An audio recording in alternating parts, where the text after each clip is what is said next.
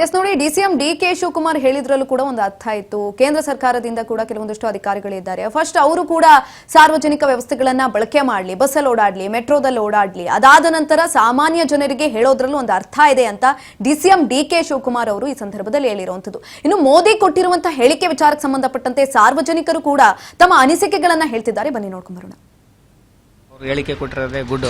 ಯಾಕಂದರೆ middle class ಜನಗಳಿಗಾಗಿರ್ಬೋದು ಮತ್ತು ಬೇರೆ ಜನಗಳಿಗಾಗಿರ್ಬೋದು, ಅದರ್ಸ ಪ್ರತಿಯೊಂದು ಕರ್ನಾಟಕ ಜನಗಳಿಗೆ ಒಂದು ಒಳ್ಳೆಯ ಗುಡ್ ನ್ಯೂಸ್ ಕೊಟ್ಟಿದ್ದಾರೆ.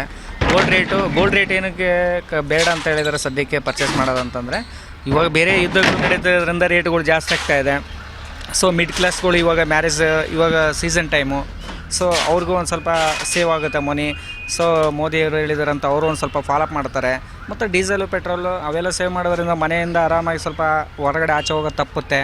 ಸೊ ಡೀಸೆಲ್ ಪೆಟ್ರೋಲ್ ಆಗಿರ್ಬೋದು ಅದನ್ನು ಕಡಿಮೆ ಆಗುತ್ತೆ. Transport is good.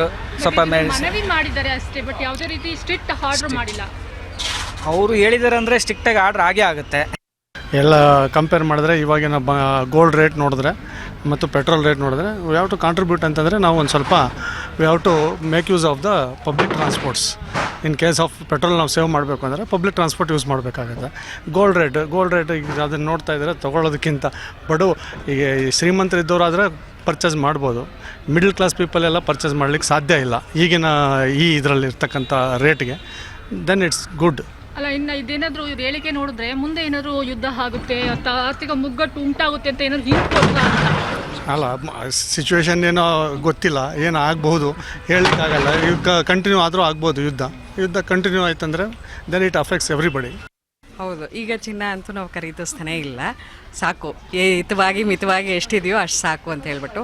ಮತ್ತು ಗ್ಯಾಸದು ಇದಕ್ಕೆಲ್ಲನೂ ಸೇವ್ ಮಾಡಬೇಕು ಅನ್ನೋದಕ್ಕೋಸ್ಕರ ನಾವು ಇವಾಗಲೇ ಕರೆಂಟ್ ಸ್ಟೋವನ್ನು ಬಳಸ್ತಾ ಇದ್ದೀವಿ.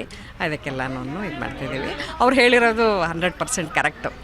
ನಾವು ಇವತ್ತು ಉಳಿಸ್ಕೊಂಡ್ರೆ ನಾಳೆಗಾಗತ್ತೆ, ಇಲ್ಲ ಇವತ್ತೇ ಬಳಸಿದ್ರೆ ನಾಳೆಗಿರಲ್ಲ. ಅದಕ್ಕೋಸ್ಕರ ಅಂದರೆ ಇಲ್ಲೇ ಮುಂದೆ ಒಂದು ರೀತಿ ಆರ್ಥಿಕ ಬಿಕ್ಕಟ್ಟು ಉಂಟಾಗುತ್ತೆ ಅನ್ನುವಂತಹ ಮುನ್ನೆಚ್ಚರಿಕೆಯನ್ನು ಏನಾದ್ರು ಕೊಟ್ಟಿದ್ದಾರಾ ಅಂತ.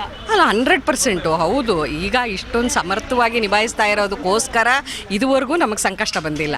ನೆಕ್ಸ್ಟ್ ಬರುತ್ತೆ ಅನ್ನೋದಕ್ಕೋಸ್ಕರ ಅವರು ಪ್ರಿಕಾಷನರಿ ಮೆಷರ್ಸ್ ನಮ್ಗೆ ಹೇಳಿದ್ದಾರೆ. ಸೊ ಅದರ ಥರ ನಾವು ನಡ್ಕೊಂಡಿದ್ದು ಅಂದರೆ ಇನ್ನೊಂದಷ್ಟು ದಿನ ಇದೆಲ್ಲ ಸುಗಮ ಆಗೋ ಅಷ್ಟರವರೆಗೂ ನಾವು ನೆಮ್ಮದಿಯಾಗಿರಬಹುದು ಅನ್ನೋದಕ್ಕೋಸ್ಕರ ನಮ್ಮ PM ಹೇಳಿರೋದು.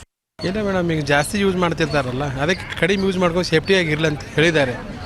ಪೂರ್ತಿ ನಮಗೆ ಯಾವುದೇ ರೀತಿಯಿಂದ ತ್ರಾಸ ಆಗ್ಬಾರ್ದು ಅಂತ ಹೇಳಿದ್ದಾರೆ. ಆ ಥರ ಪೂರ್ತಿ ಎಲ್ಲಾರು ಊಟ ಎಲ್ಲಾರು ಆಗ್ಬಿಡೋದು, ಸೇಫ್ಟಿಯಾಗಿ ಸ್ವಲ್ಪ ನಮ್ಮ ಕಡೆ ಸ್ಟಾಕ್ ಇರಲಿ ಅಂತೇಳಿ ಮಿತವಾಗಿ ಬಳಸಿ ಅಂತ ಹೇಳಿದ್ದಾರೆ. ಅವ್ರಿಗೆಲ್ಲ ಥರ ಐಡಿಯಾ ಇದೆ ಮುಂದಿಂದು ಏನಾಗ್ಬೋದು ಅಂತ ಅವರು ವಿಚಾರ ಮಾಡ್ತಾ ಇದ್ದಾರೆ. ಎಲ್ಲ ಥರ ಈಗ ಅವ್ರು ಹೇಳಿದಾರಲ್ಲ, ಪೆಟ್ರೋಲು ಆಮೇಲೆ ಚಿನ್ನ ಖರೀದಿ ಅದು ಎಲ್ಲ ಕಡಿಮೆ ಮಾಡಿ ಅಂತ ಹೇಳಿದ್ದಾರೆ. ಬಸ್ಸಲ್ಲಿ ಅಡ್ಡಾಡೋದು, ಓನ್ ಗಾಡಿ ತೊಗೊಳೋರು ಇದೆಯಲ್ಲ, ಕಡಿಮೆ ಮಾಡಿ ಅಂತ ಹೇಳಿದ್ದಾರೆ. ನೋಡೋದು ಅವ್ರು ಇರೋ ತನಕ ಯಾವುದೇ ತ್ರಾಸ ನೋಡ್ಕೊಳ್ತಾರೆ. ಅವ್ರ ಅಭಿಮಾನ ಹಾಗೆ ಹೇಳ್ತಾ ಇದ್ದೆ ನಾನು.